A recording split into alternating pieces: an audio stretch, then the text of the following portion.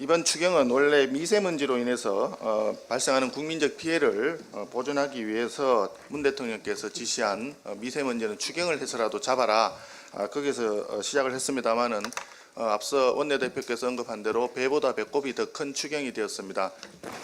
재난에 대해서는 2조 2천억밖에 되지 않고 선제적 경기 대응이나 민생 부분이 훨씬 더 큰 그런 추경이 되어 있습니다.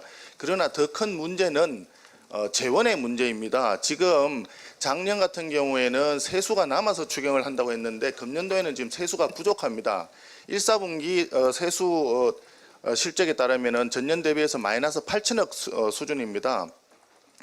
실제로 금년도의 전체 세수 세입 예산이 작년보다 훨씬 많다는 점을 고려할 때는 부족한 예산이 8천억이 아니라 수조 원에 이를 것이다, 이런 추론이 가능한데 어떤 재원을 가지고 추경을 하고 있느냐, 현재 국회에 제출된 추경 재원을 보면은 내년도에 사용해야 될 한국은행의 결산상 잉여금 3,300억이 포함이 되어 있습니다.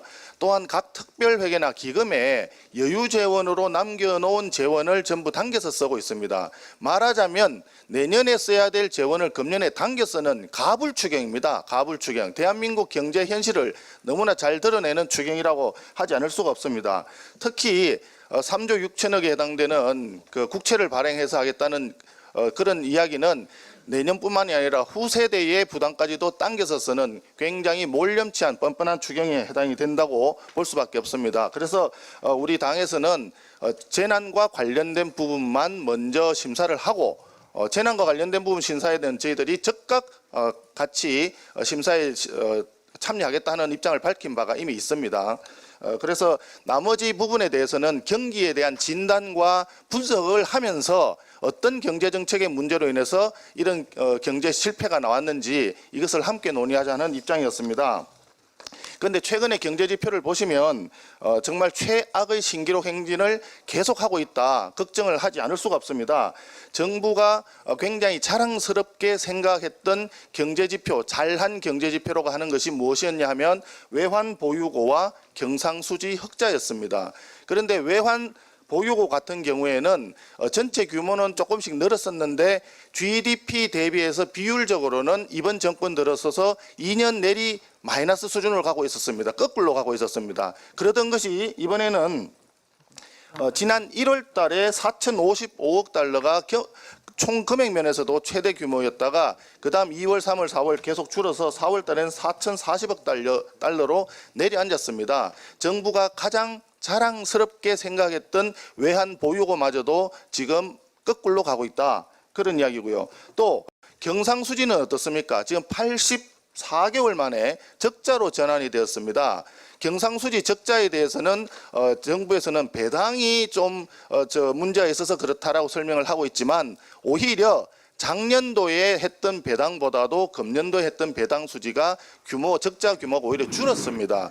결론은 상품 수지가 엄청나게 줄었기 때문에 반토막 났습니다. 그렇기 때문에 이런 문제가 발생했는데 전혀 원인 진단에 있어서 제대로 못하고 있다, 이런 이야기입니다. 그래서 외환 보유고와 경상수지가 악화 일로를 달리고 있는데 이것이 대외 신인도까지 영향을 미쳐서 한국 경제가 굉장히 어렵게 되지 않을까 하는 걱정하는 전문가들이 매우 많습니다. 성장률이 마이너스로 간 것도 마찬가지입니다. 그래서 결론적으로 얘기하자면 왜 이 정부는 경제에 대해서 이중잣대를 가지고 있느냐, 경제 정책을 가지고 얘기할 때는 경제가 총체적으로 성장하고 있다, 펀더멘탈이 좋다, 또 전체적으로 잘 성장하고 있다는 주장을 계속합니다. 그러면서 추경을 얘기할 때는 또 경제가 어려우니까 경기 대응 추경이 필요하다, 심지어는 국회에서 추경을 심사하면서 총지출 규모를 늘릴 수도 있지 않느냐, 이런 식으로 언급을 하고 있습니다. 굉장히 안이한 경제 인식인데 왜 경제가 이 모양이 되었는지에 대해서 경제 진단과 분석을 해야 될 그런 상황이다. 그리고 그 근본 원인을 따져보고 난 뒤에 경제정책에 대한 대전환이 꼭 필요하다, 이렇게 말씀드릴 수밖에 없습니다.